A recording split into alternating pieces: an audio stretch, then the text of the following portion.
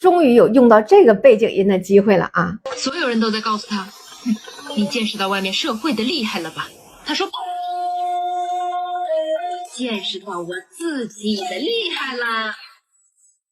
长征10号乙发射成功，全球首创海上网系回收也获得成功，祝贺我的祖国，祝贺所有航天人。北京时间今天中午12时15分，我国新一代大型液体火箭长征10号乙在海南商业航天发射场2号工位点火升空，顺利将有效载荷送入到预定轨道，首飞告捷。同时，距离发射场外430公里的海域完成任务的新一级飞了回来，垂直下降，稳稳地落进了领航者号海上平台张开的巨网里。这次海上网系回收成功标志着我国成为全球第2个掌握大运力可回收火箭技术的国家，且是全球网系回收的第一次成功验证。这次的回收成功直接就带起飞了低迷多日的航空和卫星板块，因为回收的成功就意味着火箭上用料最多、发动机最多、技术难点最多的一级部分可以反复多次使用了，而且每次修好了之后就能用，远比之前一次性的火箭用一个丢一个，再发射还要现造一个的速度快。这样每次发射的经济成本和时间成本都会被大大降低，在经济收益的这个确定性上是非常可观的。那这也是 SpaceX 的利润最被看好的核心因素。猎鹰9号靠着1级火箭的回收使用，一年最多接近发射了100次。那造火箭就是再快，它也不可能4天搓一个新的发射载体。但是这一次的回收验证的成果，并不是单纯的商业目的上的这个成功。实际上，长征10号的技术验证型号将直接服务于2030年前的载人登月任务，为长征10号系列火箭可重复使用积累关键数据。咱们的登月计划预定在2028年左右要完成长征10号 CBC 构型的这个首飞，而2026年这次发射不只是为商业路径打开了一个通道，也将成为中国载人登月任务的第一次发射。后续所有的任务节点都要以此次任务的结果而定。当前我国载人登月工程正在稳步推进，孟舟载人飞船、揽月月面登陆器均已完成了关键的试验，计划2028年到2030年完成3次无人验证任务之后，实施首次载人登月。本次长10乙的成功可以说是直接加快了长征10号火箭的研制节奏，进一步夯实了2030年前登月的目标的确定性。至于今年2月一群看热闹不嫌事儿大的小可爱在那群嘲，哎呀，长征10号甲落歪了，掉海里了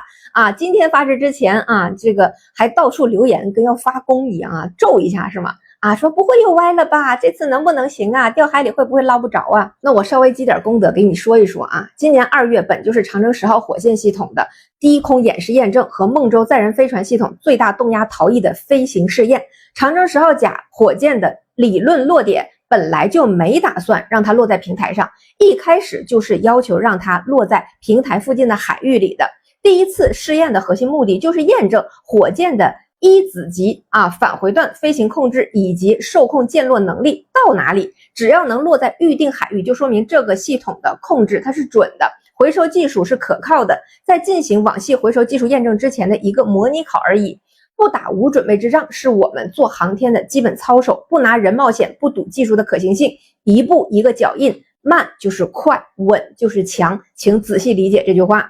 当时某些小可爱拿着猎鹰9号大声嘲讽我们的失败，你以为这只是追上了尔等马胜的境界吗？不，我们现在正在弯道超车。马斯克的猎鹰9号的一子级回收靠的是垂直着陆的腿圈里人叫做蚂蚱腿式回收，也就是在火箭一子级快要落地的时候，底部会弹出4条支撑这个杆儿，然后呢扎在回收平台上，实现火箭的回收。这就导致支撑的这4条腿的重量是必须要加在载荷极其宝贵的火箭上的那它就显得非常笨重，预期呢每次会损失15%到20%的运载能力。而新建的那个筷子夹火箭技术就是在想办法摆脱这个着陆腿的限制，而这次长征10号乙的这个整体结构很简单，运力损失也小，我们直接把全套液压着陆支撑结构给取消了，舰体底部只留了4组轻量化的折叠挂钩，这一下就减轻了大约2吨的重量。火箭下来的时候，底下的回收船领航者号早就张开了一张井字形的高强度柔韧性的阻拦网，火箭挂钩往上一搭，哎，悬空捕获软着陆。这就好比是美国人啊，他让一个跳水运动员必须在脚底板上绑着弹簧，还要精准的落在一块硬币上，而我们则是要让运动员轻装上阵，底下铺了一个巨大的高科技席蒙斯。我们把着陆缓冲的压力和复杂性从天上转移到了海上的平台上，用网系的协同放大了捕获的窗口。这种舰体轻量化加平台复杂化的思路，不仅降低了火箭本身的控制门槛，更关键的是保住了运载能力。同等条件下，运力损耗直接降到了 15.8%。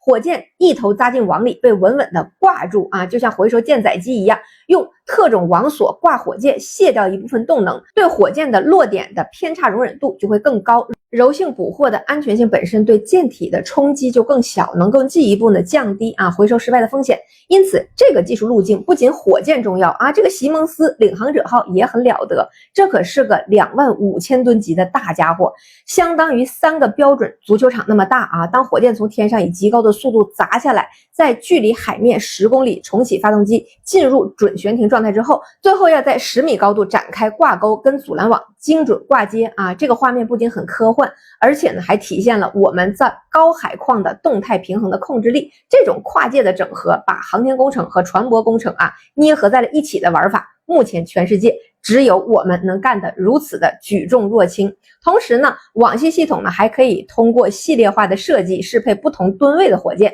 因此未来才可以直接向更大的载人登月火箭延伸。本次任务同时还验证了7台 YF-100K 液氧煤油发动机的并联，以及山格舵高精度的姿态控制、发动机多次点火与深度节流、载入防热海上回收船动态定位等等关键技术的验证，全部都是为可复用火箭的底层核心技术服务的。可以说，路线逻辑上，美国走的是舰端复杂化、地面简端化到地面极端复杂化的这样的一个过程，而我国则选择了平衡舰体与地面系统复杂程度的协同路线，更适配我国大吨位火箭南海落区的实际条件。因此，别看 SpaceX 已经有了成熟的商业化的路径了，但是先发也意味着试错的成本，后发也意味着少走弯路。SpaceX 通过回收技术把发射成本一下子压到了$3000每公斤，而接下来长征10号和领航者号这个配合，可以直接把我们现在的发射成本砍掉50%到80%，规模化运营之后，同样能把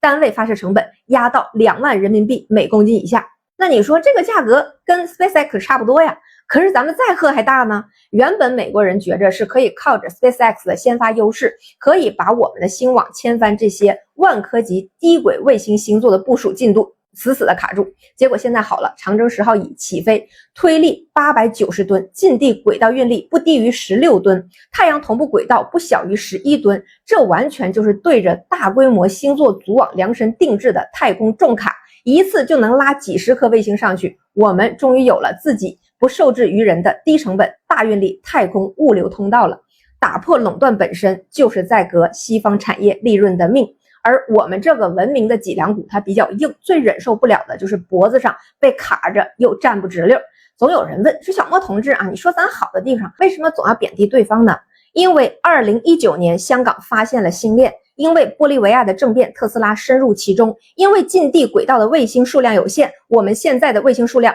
正陷于星链的汪洋大海之中。我不相信美国人所谓的技术中立，我要在符合我国利益的举措和胜利之际大声疾呼，我们看见了某些人的狼子野心，我自家的枪炮也准备好了。金融理论也好，科技竞争也罢，从航天技术的突破到货币主权的扩张，在当前世界已经从一超多强向双强鼎立的格局演变的局势之中，这都是大国角力的一部分。你当是课程讨论过家家呢？打破金融垄断，打破太空的运力垄断和打破舆论的垄断，都是我辈之责任。如今虽然今年4月美国已经完成了阿尔特弥斯2号载人绕月的任务，但是首次载人登月推迟到了阿尔特弥斯4号，官方目标呢是2028年初执行。而此前呢，蓝色起源的巨大爆炸实际上已经极大的动摇了美国登陆的物质基础，发射架坏了，新的建不起来旧的那几个用的捉襟见肘。美国的基础产业空心化正在层层的腐蚀掉曾经的工业明珠。而本次长征10号乙的成功发射与回收，已经稳稳的迈出了我国登月征途的又一步。伴随着这项技术的不断成熟，它必将带动火箭发动机、尖端新材料、精密控制导航等上下游庞大的产业链的全面攀升。在这场迈向星辰大海的历史洪流中，中国工业巨塔的每一块基石都在散发着稳定而强大的力量，为人类探索宇宙边缘贡献着不可替代的中国方案。这么长都看完了，关注一下吧。